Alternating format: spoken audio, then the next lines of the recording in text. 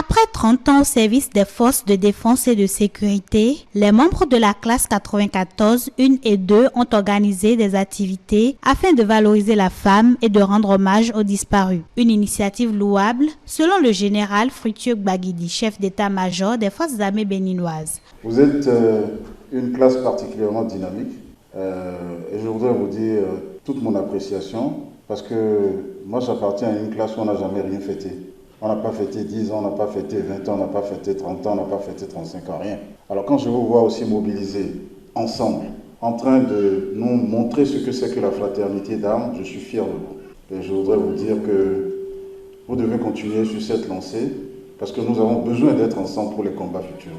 Vous n'êtes pas sans savoir que nous sommes dans une période de défi pour les forces armées béninoises et que nous devons être ensemble pour relever ces défis. En vous voyant célébrer de cette manière, je me dis que rien n'est perdu.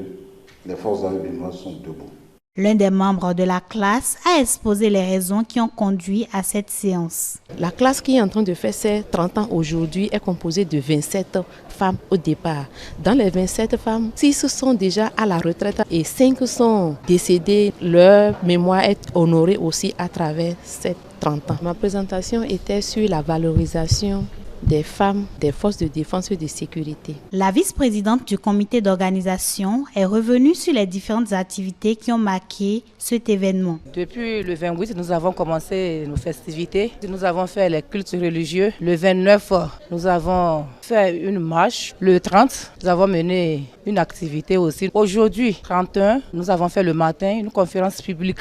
En programme, 4 panels, savoir la santé mentale des personnes âgées, la valorisation des femmes, l'éducation sexuelle pour nos enfants, nos filles, nos sœurs, et les activités génératrices de revenus à la retraite. Et nous finissons ici par le dépistage du cancer du sein.